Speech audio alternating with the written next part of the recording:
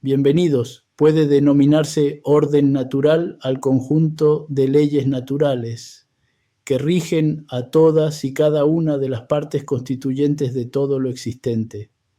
Debido a que tales leyes son invariantes en el espacio y en el tiempo, puede decirse que constituyen un orden natural que conlleva cierta finalidad implícita, ya sea que tal finalidad no nos agrade, o bien que no se crea en su existencia, nos queda como única opción adaptarnos de la mejor manera a dichas leyes y a dicho orden.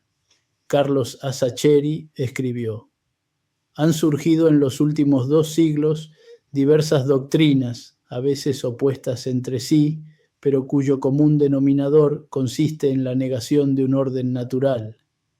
El materialismo positivista, el relativismo, el existencialismo coinciden en negar la regularidad, la constancia, la permanencia de la realidad y en particular la existencia de una naturaleza humana y de un orden social natural que sirvan de fundamento a las normas morales y a las relaciones sociales.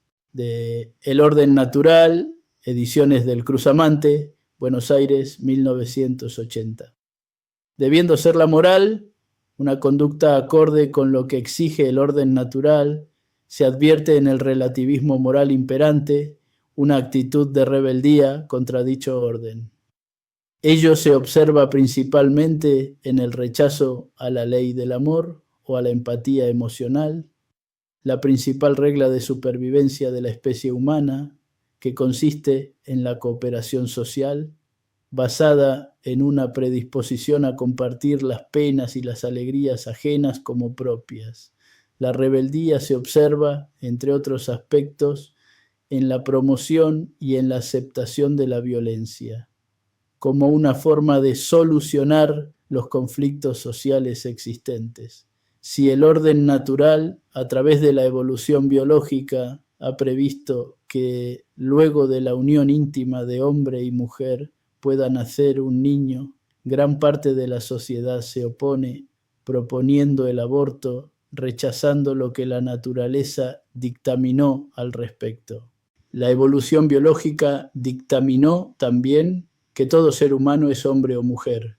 Sin embargo, una parte de la sociedad rechaza tal dictamen, aduciendo que una percepción subjetiva e individual puede cambiar tales condiciones. Se ha llegado al extremo de un rechazo concreto hacia quienes mantienen una predisposición a adaptarse a las leyes naturales. Incluso desde la religión se promueven pedidos para que Dios intervenga a través de milagros, para cambiar o interrumpir momentáneamente alguna ley natural que sea circunstancialmente desfavorable para los creyentes. En el caso de la religión moral, se prioriza la supuesta intermediación de los santos entre Dios y los seres humanos para que se produzcan los milagros. Ello se advierte en la decisión de la Iglesia Católica de considerar santo al facilitador de milagros, antes que al cumplidor y aceptador de la ley natural. Kenneth L. Woodward escribió: ¿es la Madre Teresa de Calcuta una santa? Millones de personas ven en ella una santa viviente debido a su abnegado servicio a los enfermos, los moribundos, los miserables, los que no tienen casa ni hogar, los marginados. Si la diminuta monja albanesa muriese mañana, uno se imagina que el Papa y el mundo entero la llorarían, y sin embargo no sería una santa, por lo menos oficialmente a los ojos de su propia Iglesia. Su vida habría de ser investigada. Se escrutarían sus escritos y su conducta, se citarían testigos, deberían comprobarse eventuales milagros obrados póstumamente por medio de su intercesión, y sólo entonces el Papa la declararía oficialmente santa. De la canonización de los santos. MC Editores S.A., Buenos Aires, 1992. Con una actitud similar, se considera prioritaria la virtud de la creencia en lo sobrenatural, antes que el acatamiento a las leyes naturales. Es por ello que la pregunta acerca de una supuesta virtud religiosa consiste en: ¿cree usted en Dios? En lugar de: ¿cumple usted los mandamientos bíblicos?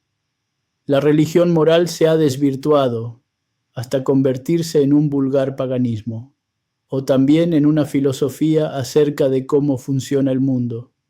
Mientras que la actitud del inquisidor consistía en castigar al que se oponía a la creencia en un Dios interviniente en los acontecimientos humanos, la actitud deísta implica advertir a los seres humanos acerca del autocastigo que proviene de la rebelión contra el orden natural. De ahí que Marco Tulio Cicerón haya expresado respecto de la ley natural: desconocerla es huirse a sí mismo, renegar de su naturaleza y por ello mismo padecer los castigos más crueles, aunque escapara a los suplicios impuestos por los hombres. Si cada integrante de la sociedad actuara en conformidad con el orden natural, el orden social resultante implicaría una especie de reproducción de aquel. En la simbología bíblica se admite que el hombre está constituido a imagen y semejanza de Dios. Por el contrario, si el hombre desatiende la ley natural, se rebela contra ella, dando lugar al ateísmo auténtico. El ateísmo activo, en nuestra época, no implica no creer en un Dios como el mencionado, sino que implica mutilar la empatía emocional para ser reemplazada por la lucha de clases sociales o el egoísmo racional, entre otros. En este caso, se supone que las emociones humanas perturban la mente, debiendo la ética ser puramente racional. El ideal del psicópata, que carece de empatía emocional, es propuesto como solución para los problemas humanos. La religión, desde el punto de vista adoptado, resulta ser el vínculo entre el ser humano y el orden natural, buscando establecer un orden social compatible con aquel. El ateísmo activo, por otra parte, busca reemplazar el orden natural por un orden artificial surgido de la mente de un ideólogo, con la finalidad de promover la adaptación de la humanidad a sus designios o caprichos. De ahí que la religión moral haya sido siempre el mayor enemigo del nazismo, del marxismo-leninismo y de algunos sectores del liberalismo.